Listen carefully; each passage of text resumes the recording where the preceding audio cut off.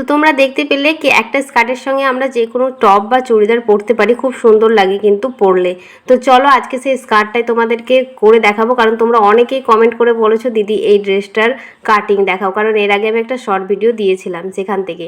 তো চলো আজকে স্কার্টটা দেখিয়ে দিই। যেহেতু কাপড় বড় থাকে তার জন্য স্কার্টের যে মেজারমেন্টটা সেটা একটু অসুবিধা হয় বুঝতে, তার জন্য আমি তোমাদেরকে আগে পেপারে বুঝিয়ে দেবো। তো দেখো পেপারটা আমি প্রথমে 2 ভাঁজ করে নিয়েছিলাম, তারপর এইভাবে একটা কোণ ধরে আমরা কোনাকুনি কিন্তু ভাঁজ করে নেব, মানে টোটাল আমাদের 4 ভাঁজ হবে। ঠিক কোনাকুনি দেখো আমি ভাঁজ করে নিয়েছি, তাহলে 4 ভাঁজ হলো। তো কোমর যেটা হবে মানে কোমরের মাপটাকে আমাদেরকে 4 ভাঁজ করতে হবে, মানে 4 ভাগে ভাগ করতে হবে। তো এখানে দেখো কোমর যেটাই আসবে সেটাকে আমরা 4 ভাগ করে নিয়ে আমরা কোণ থেকে কিন্তু কোমরের মাপটা নিয়ে নেব। আর এই মাঝখান থেকে কোণের দেখো একদম এখান থেকে নেব, দিয়ে আমরা কিন্তু যতটা এক সাইডে আসবে সেটাই কিন্তু আমরা রাউন্ডে করব। দেখবে একটু সামান্য আমাদের কম বেশি হবে, সেটাকে আমরা রাউন্ড শেপ করে নেব। কারণ আমাদের সেলাই করার পরে ছোট বড় চলে আসে নিচের লম্বাতে, সাইডে ছোট চলে আসে বা মাঝখানটাতে বড় চলে আসে, এরকম হয় তার জন্য। তো চলো এখান থেকে আমরা এবার লম্বার মাপ নেব। লম্বাটা দেখো আমরা ঠিক দেখো হাতের দিকে কোমরের দিকে একটু করে সরাচ্ছি, আর এইদিকেও কিন্তু আমরা নিচের দিকেও কিন্তু একটু করে সরাচ্ছি। এইভাবে কিন্তু আমাদের লম্বার মাপটা নিয়ে নিতে হবে। লম্বা যেটাই হবে তার সঙ্গে কিন্তু 2 ইঞ্চ প্লাস করবে। আমি এখানে কোমরপটি এলাস্টিক দিইনি, জাস্ট কোমরপটি যেমন সায়ার কোমরপটি আমরা করি ঠিক সেরকমভাবে করেছি। তো এখানে দেখো আমি জয়েন্ট দেওয়াটা দেখালাম না, চলো তোমাদেরকে আমি কাপড়েই ডাইরেক্ট দেখাচ্ছি কীভাবে জয়েন্ট দিতে হবে। তো সেম একই রকম প্রথমে 2 ভাঁজ করে নিয়েছি, তারপরে কি করব আমরা একটা কোণ ধরে দেখো একটা কোণকে ধরবো, ধরে কিন্তু অপর কোণটাকে এইভাবে টেনে আমরা কোনাকুনি এইভাবে ভাঁজ করে নেব। দেখো সেম যেমন পেপারে আমি করেছিলাম ঠিক সেরকমভাবে।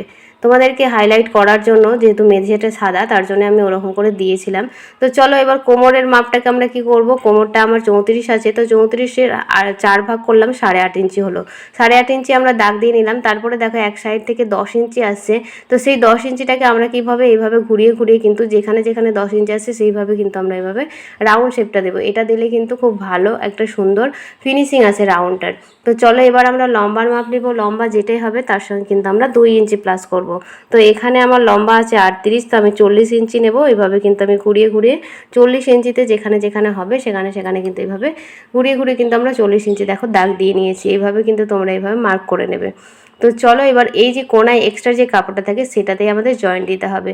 প্রত্যেকটা বেশিরভাগ ক্ষেত্রে কিন্তু আমাদের জয়েন্ট দিতে হয়, কারণ চওড়া কাপড়টা যেহেতু এটা চুড়িদারের পিস থেকে বানানো, মানে চুড়িদারের পায়জামার যে ছিটটা সেটা থেকে বানানো, সেহেতু আমাদের চওড়াটা কিন্তু কম থাকে। তো সেই কারণে আমাদের এখানে কিন্তু জয়েন্ট পড়ছে। তো দেখো এই যে আমাদের কাপড়টা কাটা হয়ে গেল, স্কার্টটা কিন্তু পুরো রেডি।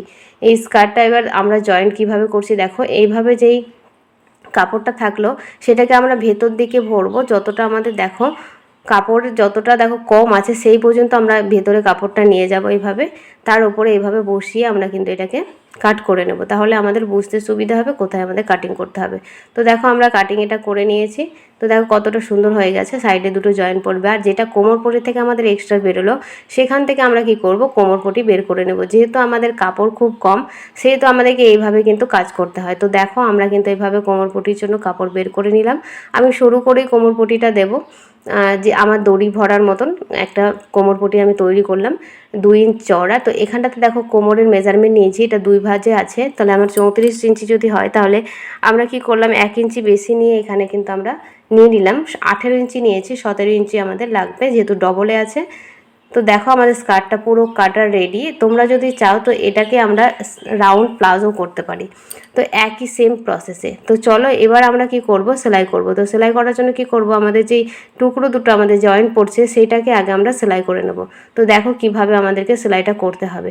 তো এইভাবে আমরা আগে বসিয়ে নেব, তোমরা পিনের সাহায্যে কিন্তু এটাকে আটকে নেবে যাতে ভুল না হয়।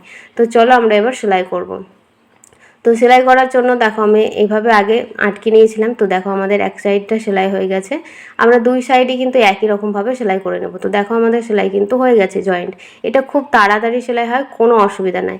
তো দেখো আমরা কিন্তু এবার কি করেছি দেখো, ভেতর দিকে দুটোই কিন্তু সোজা সাইড রেখেছি আর ওপর দিকে উল্টো সাইড, মানে দেখো ভেতর দিকে সোজা।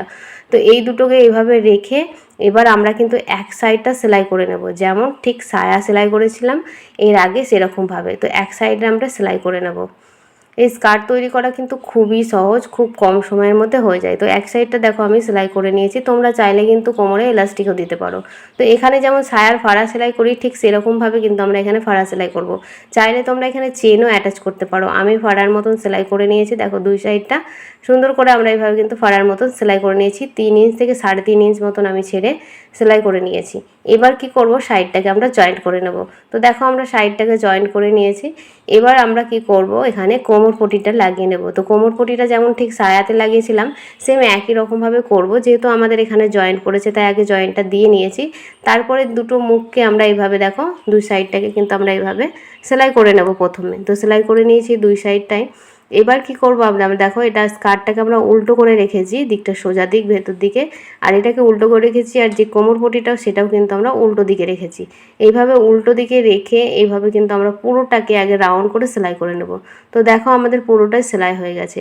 এবার কি করব, দেখো স্কার্টটাকে আমরা ঘুরিয়ে তোমাদেরকে দেখাচ্ছি। তো দেখো স্কার্টটা আমরা ঘুরিয়ে নিয়েছি এবার সোজা দিকে।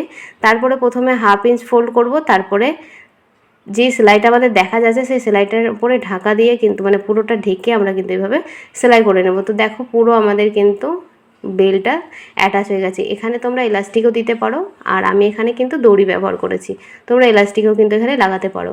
তো দেখো আমাদের কোমরটাও পুরো রেডি হয়ে গেছে। এবার নিচের ফোল্ডটা আমরা কীভাবে করব, যেহেতু আমার পিকো মেশিন নেই, তো পিকো মেশিন না থাকলে যাদের যাদের পিকো মেশিন নেই তারা কী করবে, প্রথমে আগে 1 ভাঁজ করে সেলাই করে নেবে পুরো রাউন্ডটা, তারপরে আমরা আবার আরেক ভাঁজে কিন্তু সেলাই দেবো। 2 ভাঁজে সেলাই করতে গেলে কিন্তু রাউন্ডে সেলাই হবে না। তো প্রথমে আগে 1 ভাঁজে সেলাই করে নিয়ে তারপরে দ্বিতীয় ভাঁজ সেলাই করলে আমাদের খুব সুন্দরভাবে কিন্তু শেপটা চলে আসে। তো কেমন লাগলো অবশ্যই কমেন্ট করে জানাবে। ভালো লাগলে চ্যানেলটাকে প্লিজ সাবস্ক্রাইব করে দিও। তো আজকের মতন টাটা।